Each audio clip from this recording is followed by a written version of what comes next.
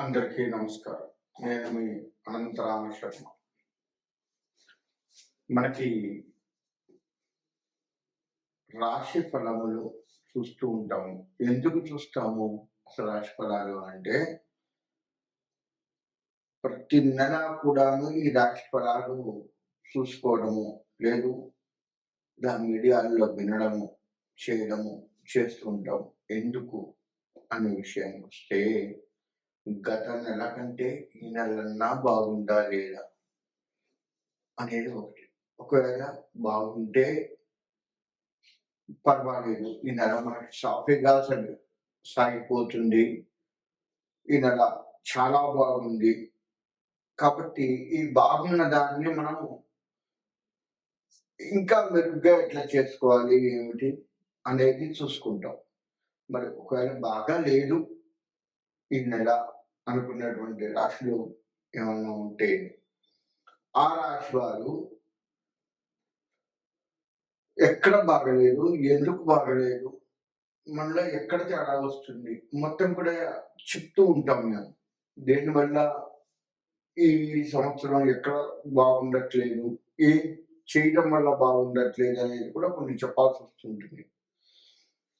కాబట్టి అటువంటివి మనం తగ్గించుకుంటూ, అటువంటి వాటి విషయాల జోలికి పోకుండా, ఉదాహరణకి కోపం ఎక్కువ నచ్చింది అనుకోండి, ఈ నెల మొత్తం మనం కోపాన్ని తగ్గించుకుంటూ ఏం చేస్తే బాగుంటుంది ఇంకా అనేది ఆలోచిస్తూ మనం ముందుకు పోతూ ఈ నెల కూడా మనకు అనుకూలంగా మారేటట్టుగా చేసుకోవచ్చు. అంటే జాగ్రత్త పడటం కోసము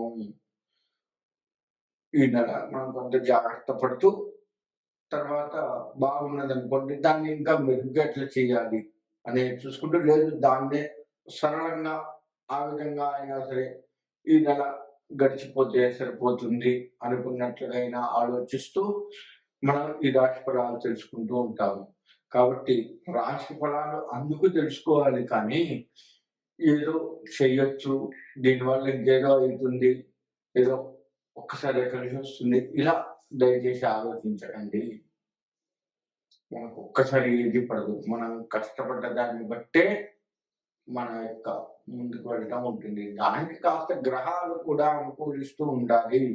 ఆ గ్రహాల అనుకూలత ఉందా లేదా తెలుసుకుంటే, ఒకవేళ లేకపోతే ఏం చేస్తే గ్రహాల అనుకూలత ఉంటుంది అనేది చూసుకుంటూ, మనం దానికి పరిహారాలు, దోష నివృత్తి చేసుకుంటూ, లేదు రెమెడీస్ ఏదైనా చేసుకుంటూ, మనం ఆ గ్రహాన్ని శాంతింప చేసుకొని మనకు అనుకూలంగా ఉంచుకొని ధర్మబద్ధంగా నడుస్తూ, మన రాజకీయం కానీ, ఉద్యోగ వ్యాపారస్తులు కానీ, ఏదైనా సరే చేతి వృత్తులు కానీ, ఇలా అన్ని రంగాల వారు కూడాను దానికి అనుకూలంగా వెళ్తూ మన జీవన ప్రయాణాన్ని కొనసాగించుకోవడం కోసం మాత్రమే ఈ రాశి ఫలాలు చూస్తూ ఉంటాము. కాబట్టి ఇక ముందుగా మనము ఒక్కొక్క రాశి గురించి తెలుసుకుంటూ ముందుకు వెళ్ళే ప్రయత్నం చేద్దాం. వృశ్చిక రాశి. వృశ్చిక రాశి వారికి 8వ ఇంట్లో కుజుడు ఉన్నాడు. 8వ ఇంట కుజుడు ఉన్నాడు. ఆ కుజుడు వల్ల వాహన ప్రమాదములు జరిగే ఆస్కారం కనపడుతూ ఉంది. గాయాలు తగిలే ఆస్కారం కనపడుతూ ఉంది. గాయాలకి ఇబ్బంది పడుతూ ఉంటారు. అది ఒక్కటే ఈ రాశి వారికి ఇబ్బందికరమైనటువంటి వార్త. అది తప్ప మిగతా అంతా అనుకూలమే. ఒక్కటి జాగ్రత్త పడండి. కుజుడికి సంబంధించిన దాన ధర్మాలు చేసుకోండి, కుజుడికి సంబంధించిన జపములు చేయించుకోండి, కుజుడికి సంబంధించిన ప్రదక్షిణ నమస్కారములు చేయండి. కుజుడికి ప్రదక్షిణ నమస్కారములు చేస్తూ ఆ కుజుడి అనుగ్రహాన్ని పొందుతూ ఈ యొక్క ఇబ్బందికరమైన 2 విషయాల నుంచి బయటపడండి. అదొక్కటే వీళ్ళని కొనదీస్తూ ఉంటుంది. వీరి మాటకు ఎదురుండదు. నూతన వ్యాపారాలకు శ్రీకారం చుడుతూ ఉంటారు. కొత్త కొత్త విషయాలని పక్కన వారికి అందిస్తూ ఉంటారు. కొత్త కొత్త విషయాలను తెలుసుకుంటూ ఉంటారు. వినోదాల్లో పాల్గొంటూ ఉంటారు. ఇట్లా అన్ని రకాలుగా బాగుంది ఒక రకంగా చెప్పాలంటే. అయితే వ్యాపారం చేసేటువంటి వారికి సరైన సమయానికి ఈ కుజుడి అనుగ్రహం లేకపోవటం వల్ల ఆ వ్యాపారంలో కొంత ఒడిదుడుకులు జరిగే ఆస్కారం కనబడుతూ ఉంది. కాబట్టి కుజుడి అనుగ్రహం ఈ వ్యాపారస్తులకు తప్పనిసరి. ఇక చేతి వృత్తుల వారికి కూడాను కుజుడి అనుగ్రహం లేకపోవటం వల్ల అన్నిటా బాగుండి ఎక్కడో ఒక దగ్గర ఇబ్బందికరం అవుతూ వారి వృత్తుల యందు రాణింపు సడలిపోతుంది. గుర్తుపెట్టుకోండి, రాణింపు సడలిపోతుంది. దాన్ని కాస్త జాగ్రత్త వహించండి. ఇక విద్యార్థుల విషయానికి వస్తే కుజుడు బాగా లేకపోవడం వల్ల మాత్రమే మీరు చదువును ముందుకు కొనసాగించలేకపోతూ ఉంటారు. గుర్తుపెట్టుకోండి, కుజుడికి చదువుకి ఏం సంబంధం ఉంది అంటారేమో. మనము చదివింది మెరుగుపడాలి అంటే కుజుడు.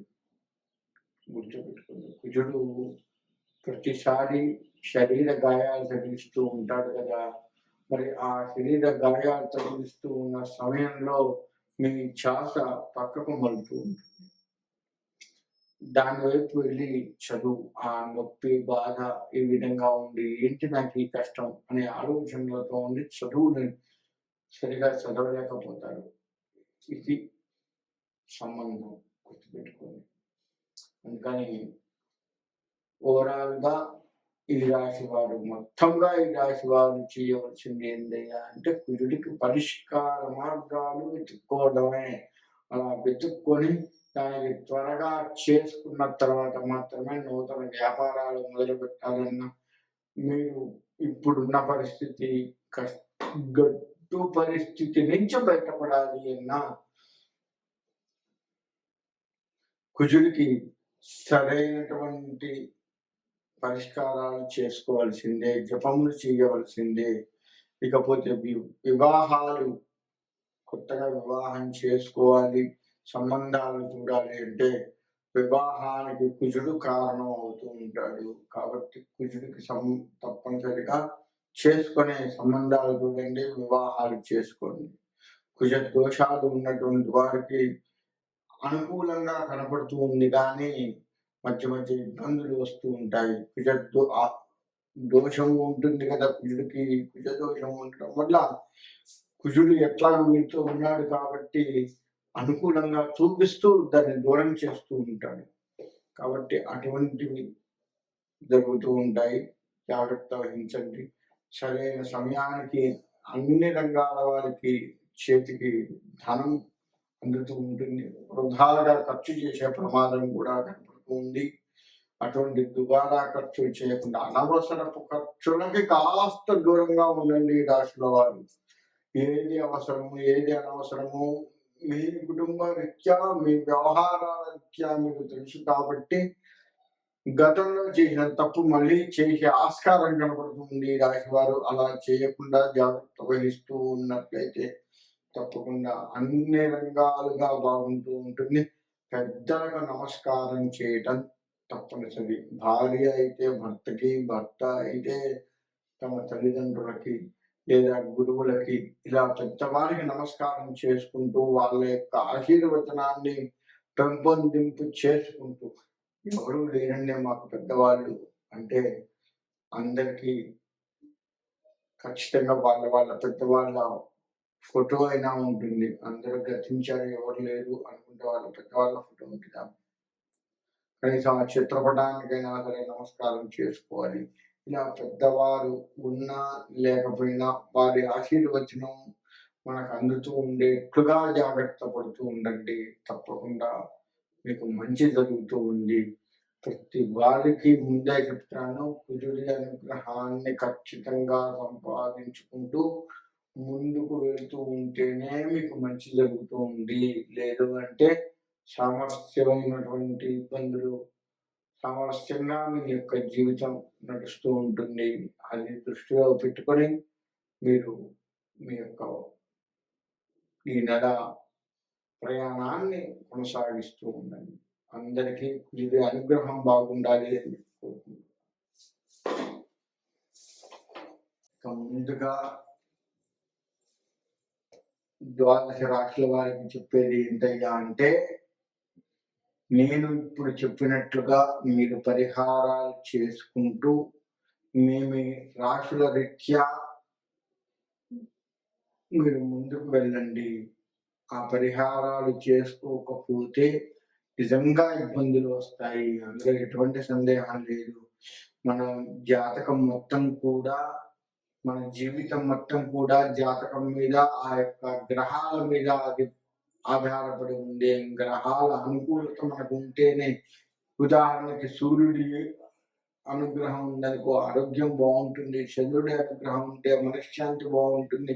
ఇలా ఒక్కొక్క గ్రహం ఒక్కొక్కటి చేస్తూ ఉంటుంది. కాబట్టి మన జాతకరీత్యా ఏ గ్రహం బాగాలేదో దానికి సంబంధించి పరిహారాలు చేసుకుంటూ మీరు ముందుకు వెళ్ళడం ఎంతైనా శ్రేయస్కరం. కాబట్టి ద్వాదశ రాశుల వారు నేను చెప్పిన పరిహారాలు చేసుకుంటూ ముందుకు వెళ్ళి మీ యొక్క జీవితాన్ని తీర్చిదిద్దుకోవాలి అని కోరుకుంటున్నాను. మీ అందరికీ కూడా, ద్వాదశ రాశుల వారందరికీ కూడా మీ ఇష్టదైవం, కులదైవాల యొక్క, గ్రామ దేవతల యొక్క అనుగ్రహం సంపూర్ణంగా కలిగి సుభిక్షంగా ఉండాలి అని కోరుకుంటూ సెలవు తీసుకుంటున్నాను.